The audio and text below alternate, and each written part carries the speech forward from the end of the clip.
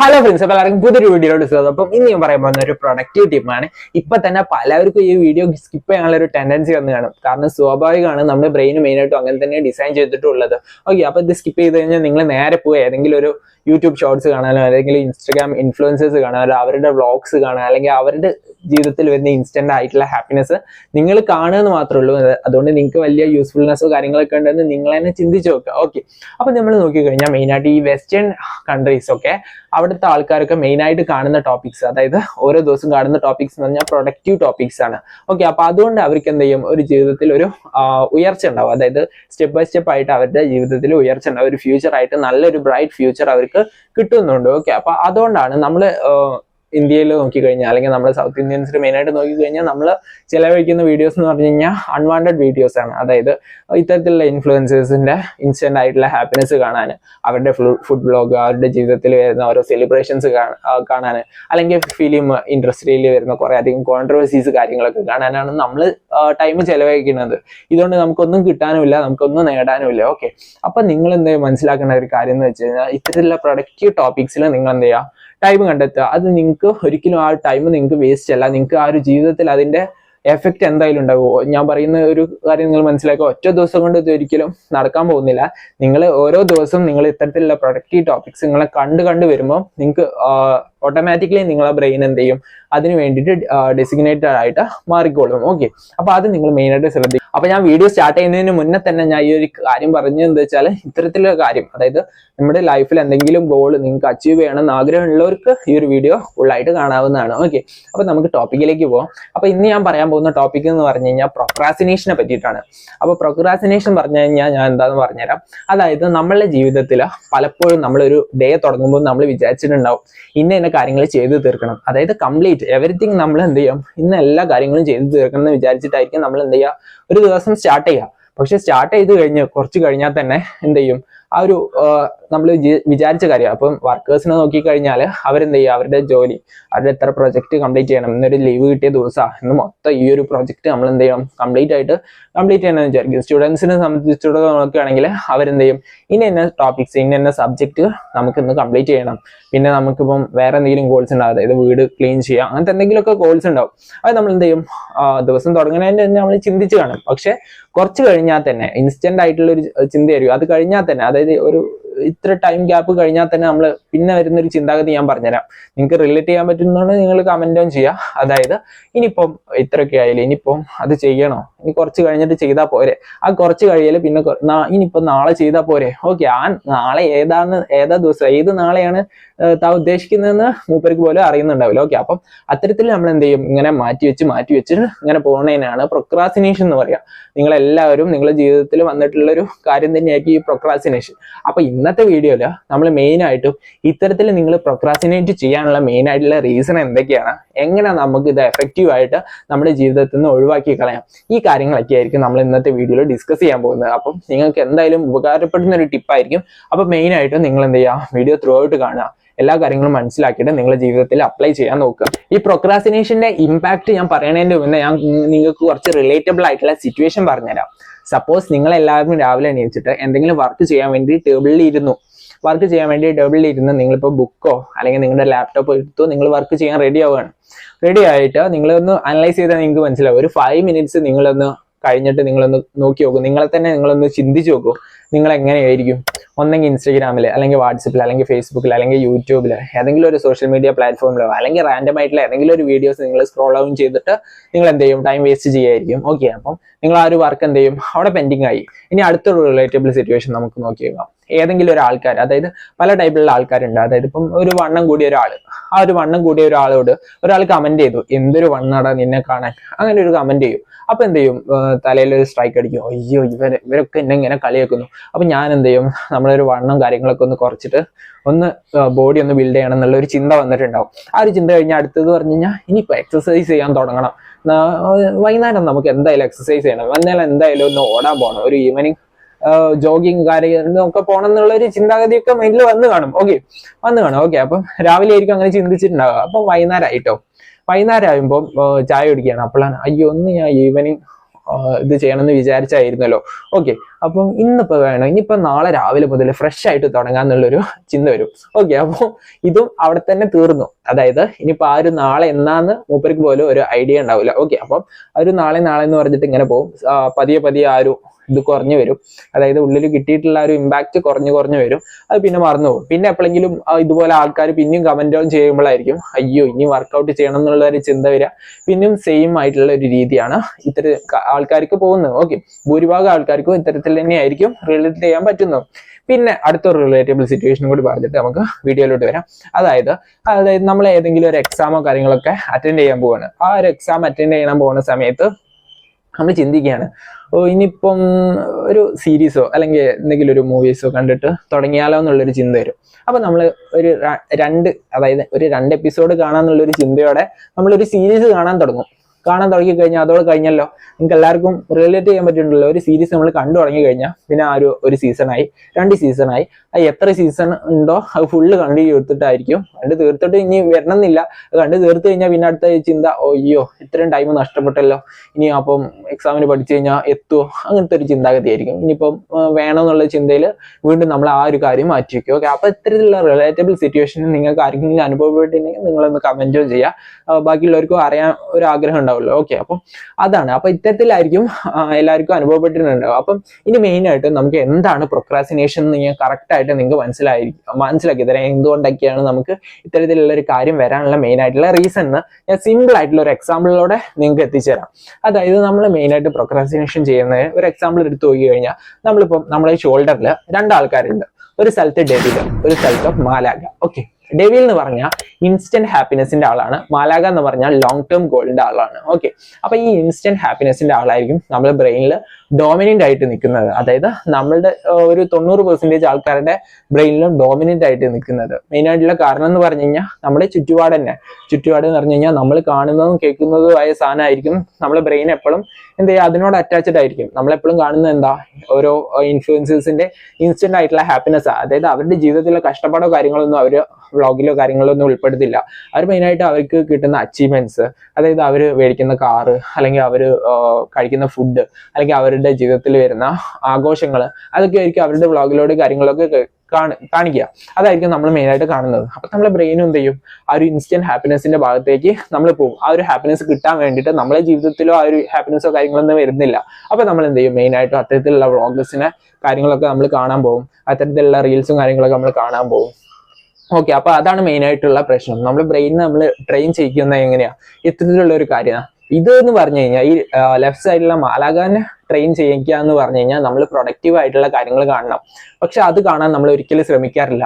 നമ്മൾ ആ ഒരു പ്രൊഡക്റ്റീവ് ആയിട്ടുള്ള ടോപ്പിക് വരുമ്പോൾ നമ്മൾ എന്ത് ചെയ്യും, മെയിനായിട്ട് സ്കിപ്പ് ചെയ്തിട്ടുണ്ടാവും.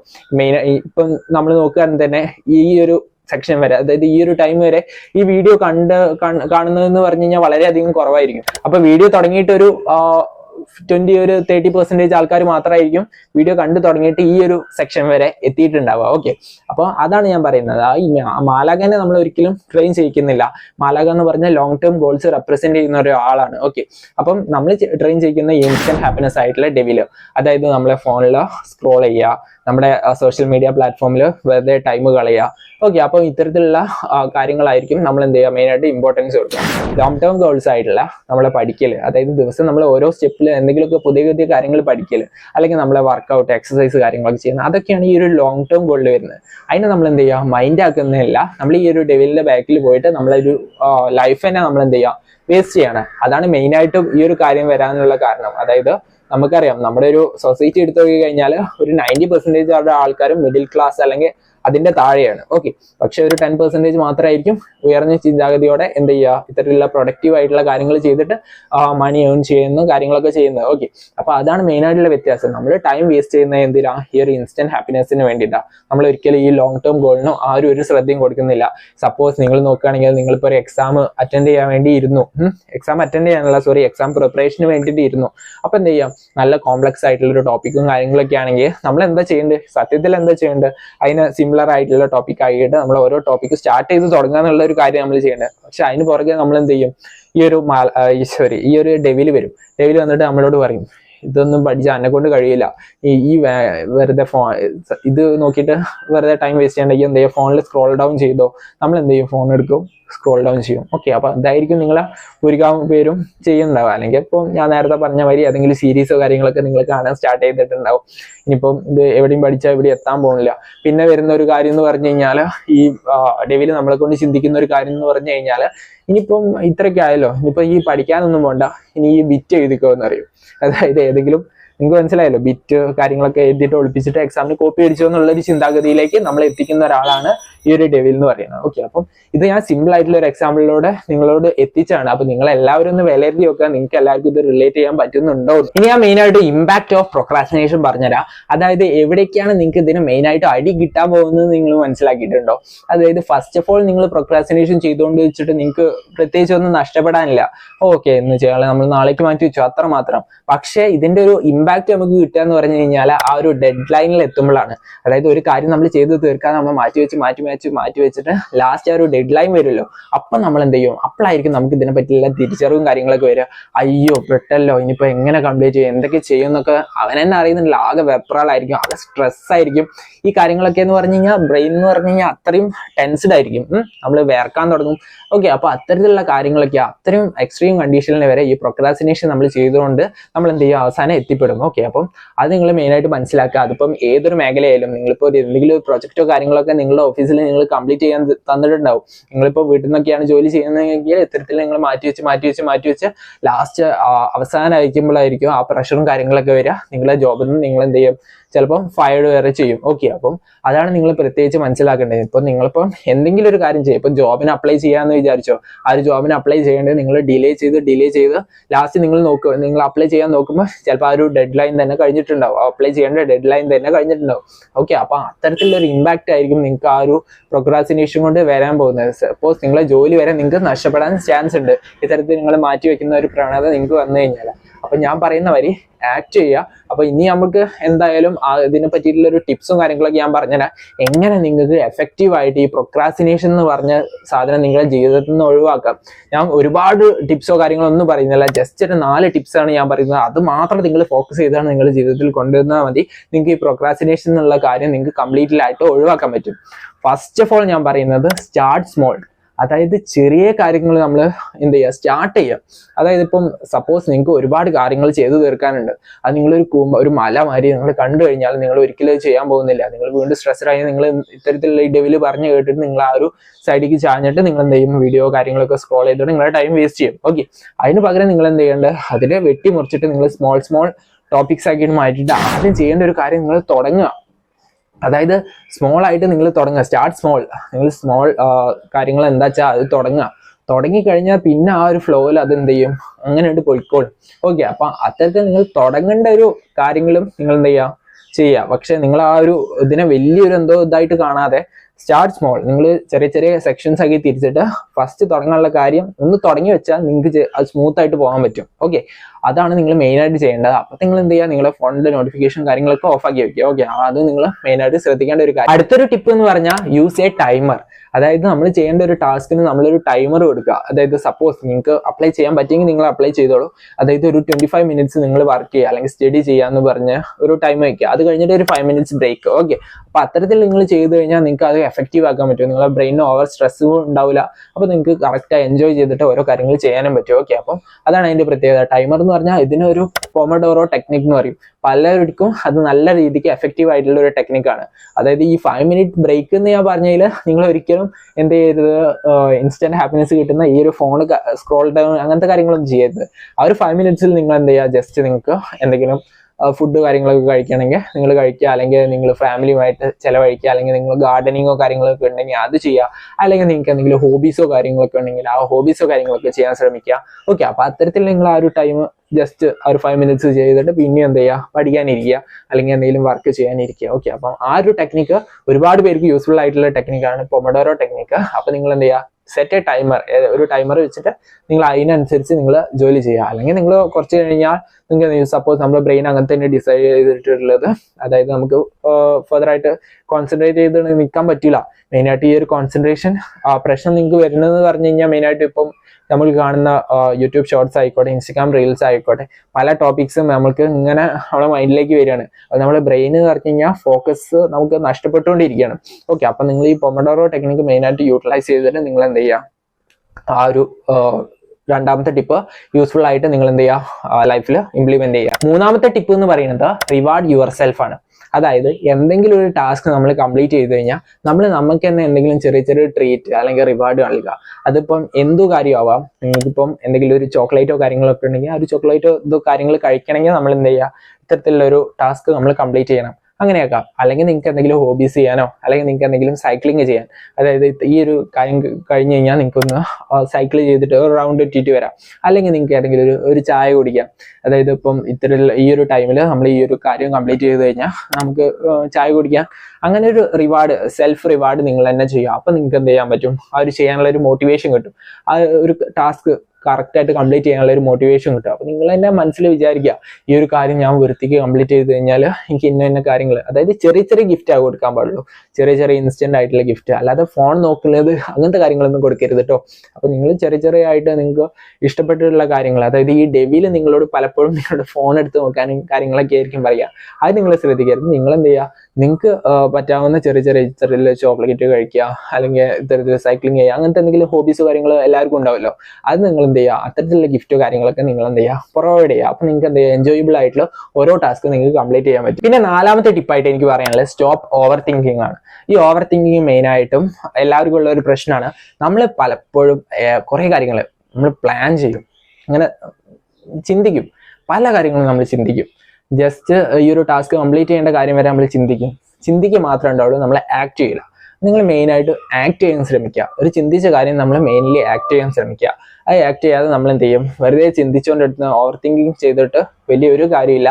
അത് നമ്മൾ കൂടുതൽ സ്ട്രെസ്സിലേക്ക് എത്തുള്ളൂ. അത് ഇൻസ്റ്റന്റ് ആയിട്ട് ഉണ്ടാവില്ല. നമ്മൾ എന്ത് ചെയ്യും, കുറച്ച് ടൈം കഴിഞ്ഞ് കഴിഞ്ഞാൽ നമുക്ക് എന്ത് ചെയ്യും, എന്താ ചെയ്യേണ്ടത് നമുക്ക് തന്നെ തിരിച്ചറിയുന്നുണ്ടാവില്ല. നമ്മൾ എന്ത് ചെയ്യും, ഫസ്റ്റ് ചിന്തിച്ച് എന്താ കാര്യം വെച്ചാൽ അത് നമ്മൾ ചെയ്യാൻ ശ്രമിക്കുക, എന്നിട്ട് മാത്രം അടുത്ത കാര്യങ്ങൾ ചിന്തിക്കുക.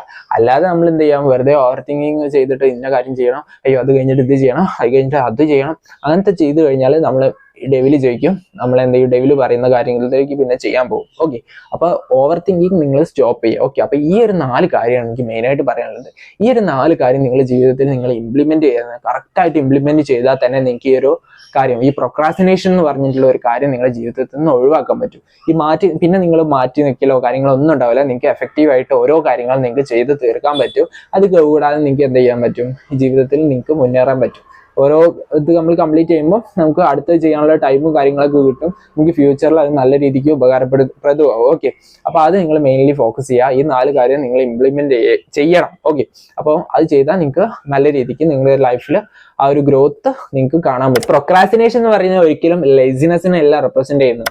അതൊരു ഹാബിറ്റ് ആണ്. ഏതൊരു ഹാബിറ്റും നമുക്ക് ചേഞ്ച് ചെയ്യാൻ പറ്റുന്ന മാതിരി, ഇപ്പം പലതരത്തിലുള്ള ഹാബിറ്റ് ഓരോ ആൾക്ക് ഉണ്ടാവല്ലോ, അത് നമുക്ക് ചേഞ്ച് ചെയ്തെടുക്കാം. അത് ചേഞ്ച് ചെയ്യുന്ന മാതിരി ഈ പ്രൊക്രാസ്റ്റിനേഷൻ എന്നുള്ള ഹാബിറ്റ് നിങ്ങൾക്ക് എന്ത് ചെയ്യാൻ പറ്റും, നിങ്ങളുടെ ലൈഫിൽ നിന്ന് വൈപ്പ് ഔട്ട് ചെയ്ത് കളയാൻ പറ്റും. നിങ്ങൾ മെയിനായിട്ട് ഫോക്കസ് ചെയ്യുന്നത് എന്താ വെച്ചാൽ ഈ ഒരു 4 ടിപ്പ് ഞാൻ പറഞ്ഞത് നിങ്ങളുടെ ലൈഫിൽ മെയിനായിട്ട് ഉൾപ്പെടുത്താൻ ശ്രമിക്കുക.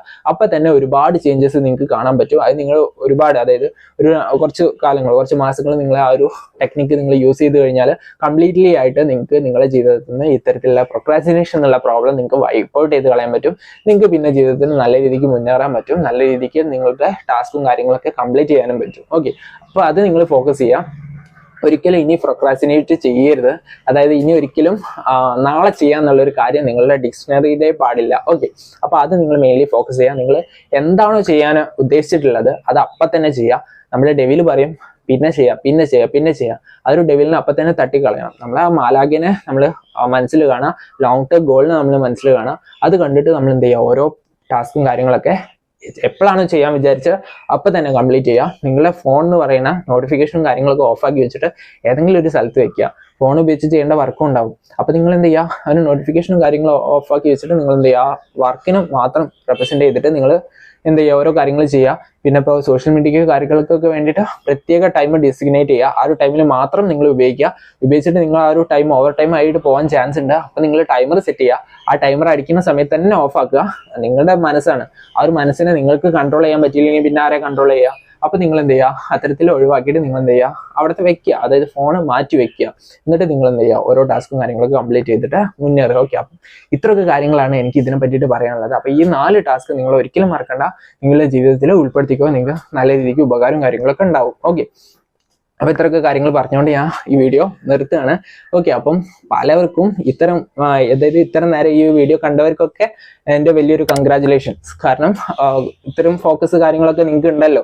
ഓക്കെ, അപ്പൊ അതിന് നിങ്ങൾക്ക് വലിയൊരു കൺഗ്രാജുലേഷൻ തന്നേ പറ്റുമോ. അപ്പൊ ഇത്തരത്തിലുള്ള പ്രൊഡക്റ്റീവ് ടിപ്പും കാര്യങ്ങളൊക്കെ ആയിട്ട് നമ്മൾ ഇനിയും വരുന്നതായിരിക്കും. അപ്പൊ അതായിരിക്കും it's me Navneet signing of.